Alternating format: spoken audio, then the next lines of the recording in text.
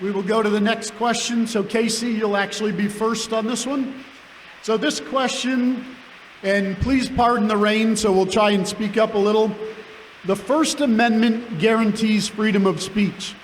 However, big tech companies control social media platforms that are used by most of our country's citizens. Conservative voices have been banned, canceled, suspended, and otherwise suppressed by these companies.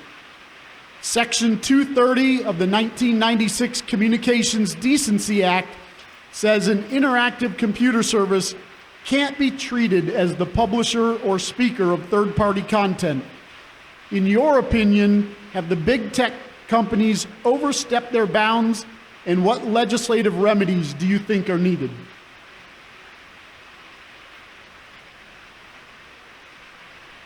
I'll be honest with you.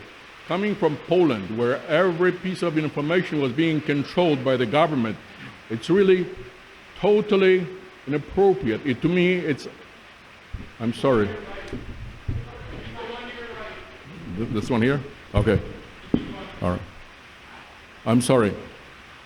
I find it totally inappropriate, almost unthinkable, unbelievable that today in 21st century, we are facing a situation where actually the country is providing a diktat for what you should be thinking, how you should be responding. This is not correct. I lived through that system, I know how it works, and where does it lead to? We cannot have corporation and the government give us the direction. We are free people, and it's guaranteed by the Constitution. So we should exercise it as well, as Constitution tells us to do.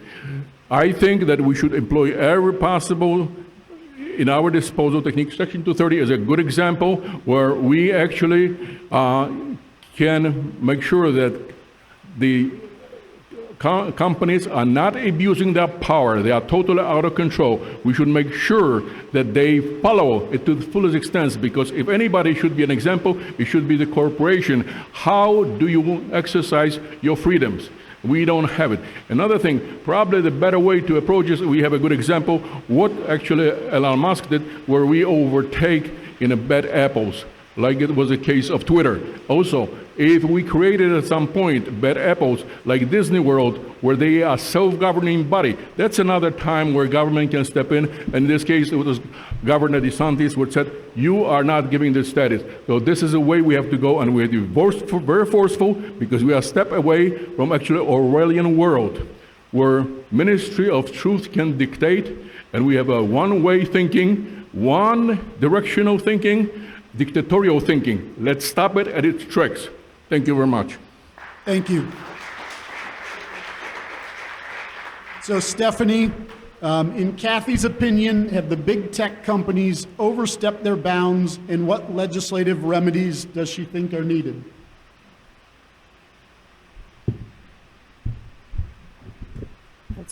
This is the one that works? Okay.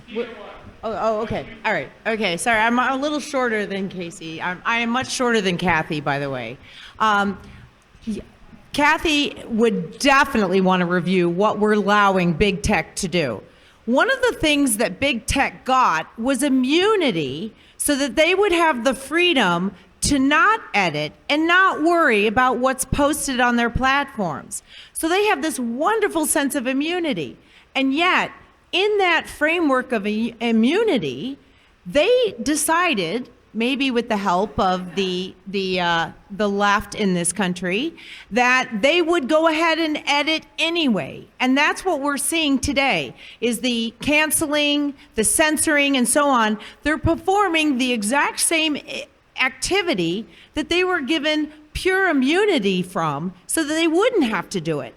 So I think we all, many of us on social media and watching what goes on today, know for a fact that they are skirting and playing with immunity that they've been given.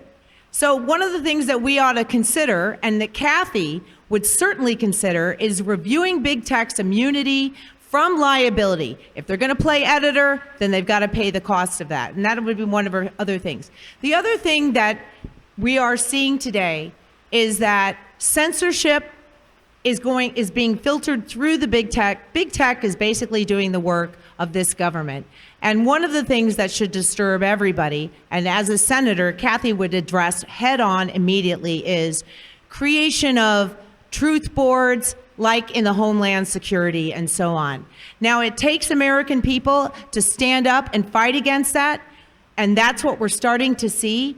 But we know that at every possible moment, this administration and the Democrats that are in power will do everything they can to suppress free speech, whether they do it by twisting the arms of big tech or whether they use our Department of Justice and our Department of Homeland Security against the American people. And what we need are senators like Kathy Salvi who will get up there, they will address those head on, and they will make them front and center issues. Because without free speech, we're not America. Thank you very much. Thank you. You can go ahead and stay up here.